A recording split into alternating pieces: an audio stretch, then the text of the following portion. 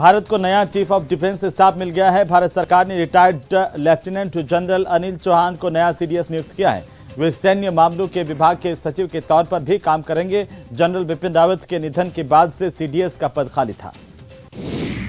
सेना में 40 सालों तक अपनी सेवाएं देने वाले अनिल चौहान पिछले साल ही सेवानिवृत्त हुए थे। वे 1981 से 2021 तक सेना में विभिन्न पदों पर रहे। उन्हें जम्मू कश्मीर और नॉर्थ ईस्ट में आतंकवाद विरोधी अभियानों का भी अनुभव है। केंद्र के कर्मचारियों को दशहरा से पहले महंगाई भत्ता का तोहफा मिला है। केंद्र सरकार ने डीए 4% तक बढ़ाने का फैसला किया। पिछली बार सरकार ने मार्च में डीए बढ़ाया था, तब डीए में 3% की बढ़ोतरी की गई थी। ये 1 जनवरी 2022 से लागू होगा। कैबिनेट ने पीएम गरीब कल्याण योजना को 3 महीने बढ़ाने का फैसला किया है। देश के 199 रेलवे स्टेशनों का कायापलट होने वाला है। रेलवे ने 47 स्टेशनों की तस्वीर को बदलने का काम शुरू कर दिया है।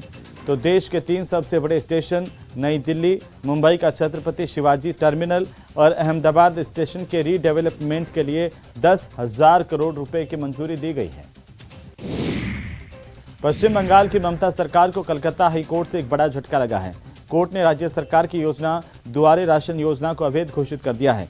हाईकोर्ट ने कहा है कि पश्चिम बंगाल सरकार की दुआरे राशन योजना राष्ट्रीय खाद्य सुरक्षा अधिनियम के खिलाफ है। त्रिपुरा के पूर्व मुख्यमंत्री बिप्लब कुमार देव और जम्मू कश्मीर के गुर्जर मुस्लिम समुदाय के नेता गुलाम नबी अली ने राज्यसभा की सदस्यता की शपथ ली है। राज्यसभा के सभापति जगदीप धनखड़ ने दोनों नेताओं को अपने कक्ष में संसद के उच्च सदन के तौर पर सदस्य के तौर पर शपथ दिलाई। तो हिमाचल प्रदेश में विधानसभा चुनावों से ठीक पहले कांग्रेस को एक और बड़ा झटका लगा है। पार्टी के वर्किंग प्रेसिडेंट और पूर्व मंत्री हर्ष महाजन ने बीजेपी ज्वाइन कर ली है। उन्होंने दिल्ली में केंद्रीय मंत्री पीयूष गोयल की मौजूदगी में भारतीय जनता पार्टी का दामन थाम लिया है। सुप्रीम कोर्ट ने केंद्र सरकार और भारतीय चुनाव आयोग को गंभीर मामलों में आरोपी पाए गए लोगों को चुनाव लड़ने से रोकने के निर्देश पर अब नोटिस जारी किया है। Justice KM. जोसेफ और जस्टिस ऋषिकेश रॉय की बेंच ने इस मामले पर law and justice ministry, home ministry और इलेक्शन कमीशन से जवाब तलब किया है। केंद्र सरकार ने पॉपुलर फ्रंट ऑफ इंडिया यानी पीएफआई को बैन कर दिया है। पीएफआई को प्रतिबंधित करने की मांग कई राज्यों ने की थी। गृह मंत्रालय ने पीएफआई को 5 साल तक के लिए प्रतिबंधित संगठन घोषित किया है। अब पीएफआई के अलावा 8 सहयोगी संगठनों पर भी कार्रवाई की गई है। तो आरजेडी के अध्यक्ष लालू प्रसाद यादव ने पीएफआई के साथ आरएसएस को लेकर विवादित बयान दिया है।